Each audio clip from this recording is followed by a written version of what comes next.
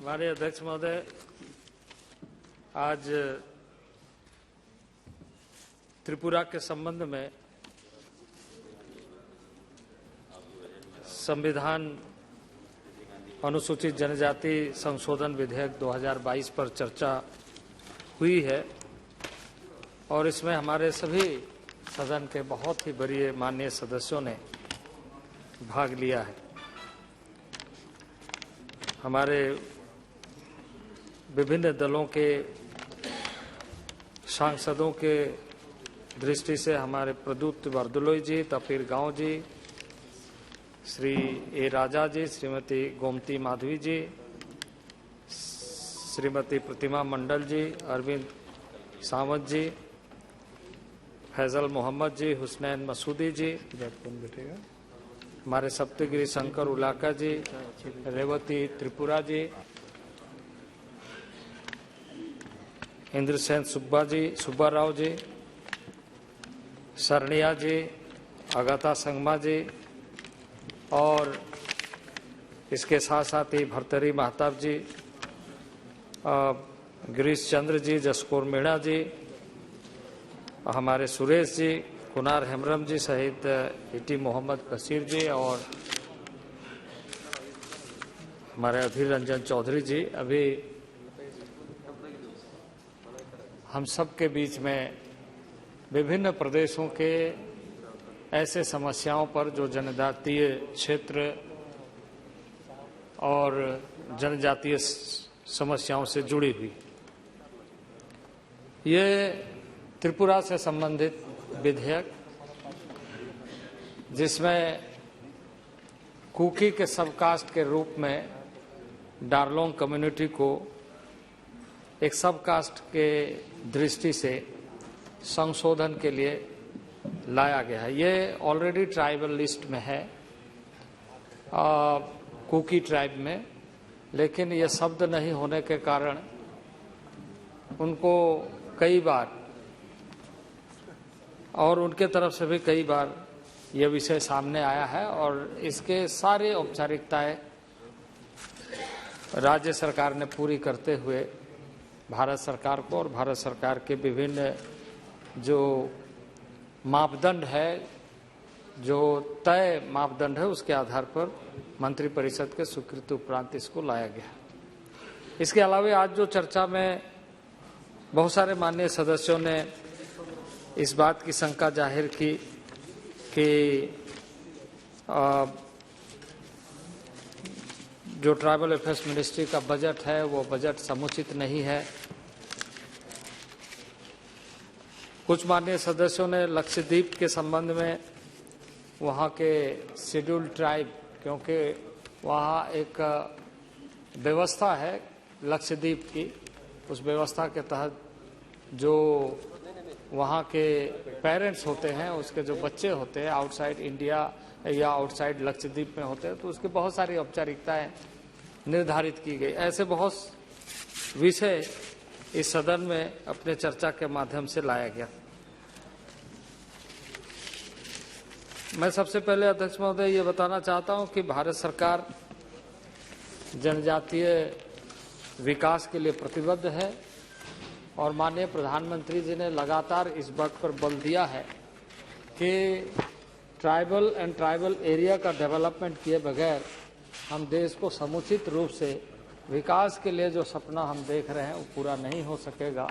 और इसलिए हमें बहुत ज़्यादा जोर देना है, ध्यान देना है और विभिन्न जो पैरामीटर है मानव विकास सूचकांक का, उसको पूरा करना है। और इसी दृष्टि से आप यदि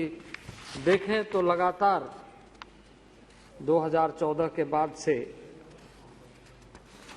फंड के दृष्टि से, निर्णयों के दृष्टि से, कार्यक्रमों के दृष्टि से और कार्यान्वयन के दृष्टि से लगातार राज्यों के साथ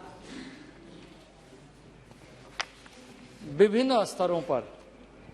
कैसे कार्यक्रमों को सफल किया जाए, एक तरफ इसकी कोशिश हो रही है तो दूसरे तरफ राज्यों को लगातार आवंटित राशि में बढ़ोतरी हो रही है। आप यदि 2014-15 से 2021-22 तक को देखें तो जो एसटीसी कंपोनेंट है उसमें कई गुना वृद्धि हुई है। और उसी दृष्टि से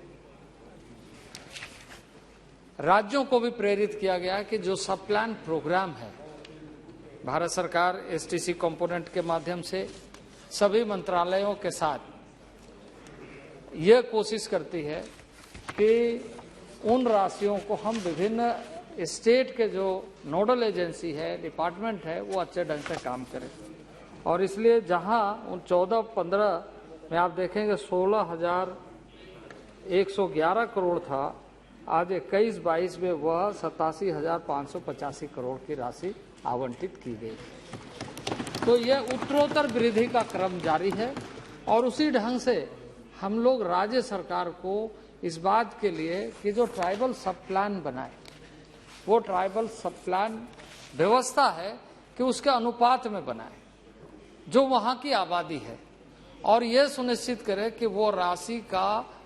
उपयोग उन्हीं क्षेत्रों में उन्हीं लोगों के बीच में हो जिसके लिए राशि की व्यवस्था करणांकित की गई है। और इस दृष्टि से लगातार हम मॉनिटरिंग कर रहे हैं। पहले प्लानिंग कमीशन इसकी मॉनिटरिंग करता था,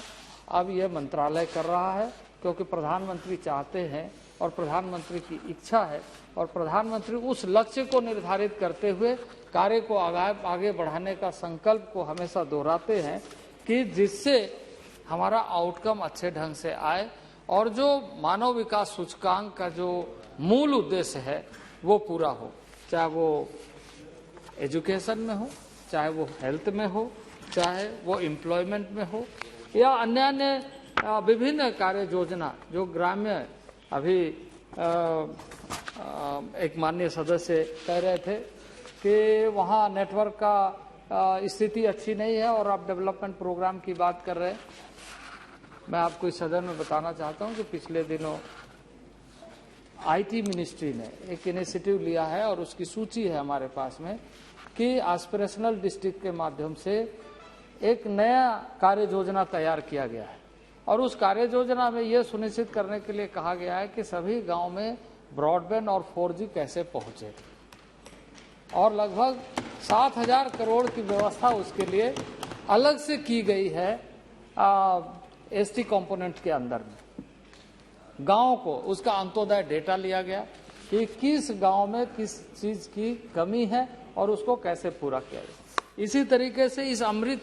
महोत्सव जब हम मना रहे हैं, अमृत काल मना रहे हैं,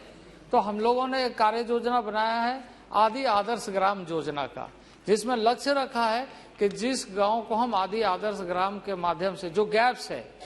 और उन गांवों को हम लोगों ने इसमें सेलेक्ट किया है जिन गांवों की आबादी अधिक भी है और जहां गैप्स ज्यादा है, जहां सुविधाएं कम है, उसको हम सैचुरेटेड मोड में कैसे लेकर के आए कि उस गांव की सारी समस्याओं का समाधान करते हुए मानव प्रबंधन बेहतर ढंग से हो सके और शिक्षा और स्वास्थ्य का गैप भी ना रहे, आधारभूत संरचनाओं का भी उसमें कमी न हो। तो इस तरीके से आदि आदर्श ग्राम योजना के माध्यम से इस अमृत काल में हम लोगों ने संकल्प लिया है कि 36,000 गांव को हमने उसमें सम्मिलित करके इस बार 7,500 गांव के लिए हम लोगों ने राशि भी आवंटित कर दिया है कि उन गांवों को चयन करने के बाद राज्य सरकार के साथ मिलकर, क्योंकि भारत सरकार के विभिन्न मंत्रालयों के माध्यम से राशि आवंटित की जा रही है। रूरल डेवलपमेंट की कई योजनाएं हैं जिसमें यदि किसी गांव में प्रधानमंत्री आवास की आवश्यकता है तो पूर्ण रूप से उस आदि आदर्श ग्राम योजना के तहत सारे गांव के जो भी पात्रता रखने वाले लोग हैं उसको पूर्ण रूप से प्रधानमंत्री आवास योजना मिलेगा, पूर्ण हो जाए, ताकि वहां का डिमांड खत्म हो। उसी तरीके से जल शक्ति मंत्रालय के माध्यम से यह सुनिश्चित किया जा रहा है कि वहां पेयजल की व्यवस्था, जो माननीय प्रधानमंत्री का संकल्प है हर घर नल का जल पहुंचे, उस योजना के माध्यम से हर घर को, क्योंकि अधिकतर ट्राइबल एरिया में जो बीमारियां होती है वो जल के कारण होती है, तो शुद्ध पेयजल लक्ष्य के साथ पहुंचाने का कार्य प्रारंभ किया गया है। तो इस तरीके से हेल्थ के अभी एक विषय आया था जिसमें हमने जिक्र भी किया कि जो ट्राइबल एरिया है वहाँ कुछ अनुवांशिक इस तरह की समस्या है, जिसको लेकर प्रधानमंत्री स्वयं विभिन्न स्थानों में चर्चा भी किया है। सारे साइंटिस्टों से उन्होंने बातचीत किया है। ICMR के साथ हम लगातार संपर्क है। देश के हेमाटोलॉजिस्ट है, उनके कॉन्फ्रेंस लगातार हम करते हैं, उन लोगों से बातचीत करते हैं। और ICMR को हमने इस बार हेल्थ मिनिस्ट्री के साथ मिल करके अलग से रिसर्च का राशि भी आवंटित किया है। इस तरीके से हेल्थ इश्यूज को कैसे एड्रेस किया जाए, ये भारत सरकार की और ट्राइबल अफेयर्स मिनिस्ट्री की प्राथमिकता में से है। एजुकेशन में जहां आप देखेंगे, यदि आंकड़ों को आप देखेंगे तो आपको आश्चर्य होगा कि एकलव्य मॉडल स्कूल जब आप 2014 के आंकड़ों को देखेंगे और अभी का आंकड़ों को देखेंगे तो आपको स्वतः स्पष्ट होगा कि उसमें कितना गैप। पहले एकलव्य मॉडल स्कूल के लिए मात्र 278 करोड़ का बजट प्रोविजन होता था, अभी उसको संचालित करने के लिए 1418 करोड़ रुपया हम आवंटित करते हैं। इसी तरीके से 2014 में जो हमारा स्कूल की संख्या थी उसके तुलना में इस बार स्कूल डबल संख्या हो गई। पहले हमारी संख्या लगभग 160 थी, वह 365 से अधिक स्कूल की संख्या संचालित जो प्रारंभ की गई है। और ये पूरा होने के बाद लगभग 700 से अधिक विद्यालय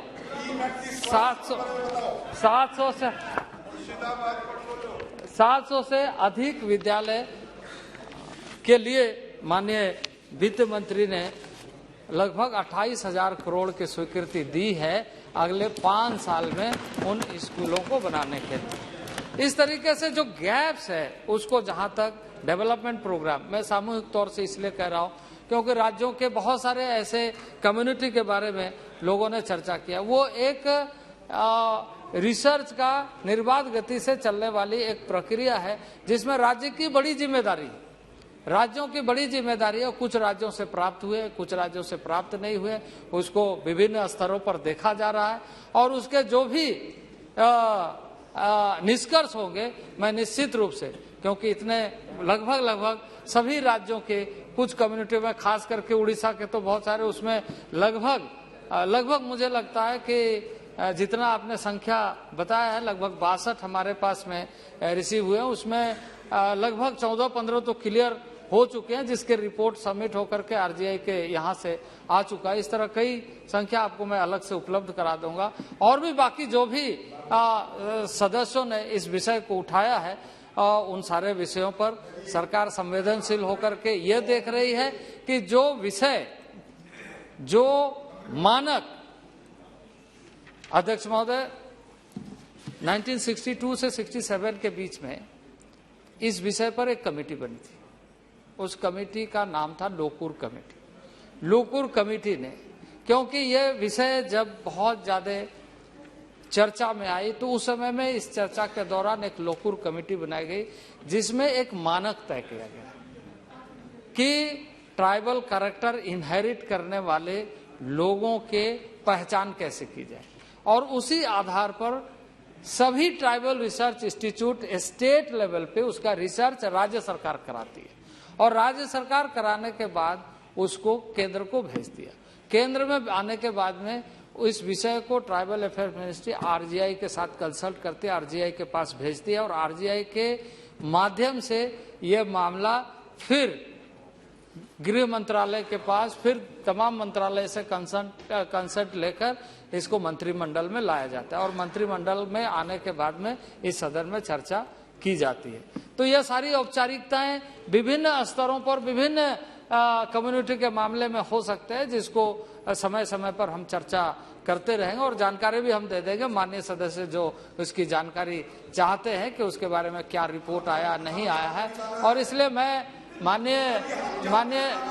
सदस्यों को ये बताना चाहता हूं कि सरकार संवेदनशील है ऐसे मामले को, जिस मामले में वास्तविक रूप से, क्योंकि ये माननीय सुप्रीम कोर्ट ने एक फैसला दिया है जिसमें ये कहा है कि ये सारा विषय देश का पार्लियामेंट ही चर्चा करके इसका निष्कर्ष निकाल सकता है। और इसलिए ऐसे मामले जितने भी आते हैं जो जिस तरह के हैं उस मामले को हम लेकर के आते हैं। और इसलिए आज यह डारलोंग कम्युनिटी जो कुकी का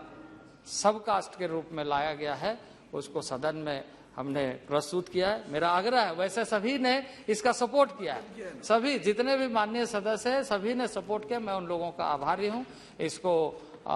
सदन से पास किया जाए और इस तरीके से जो भी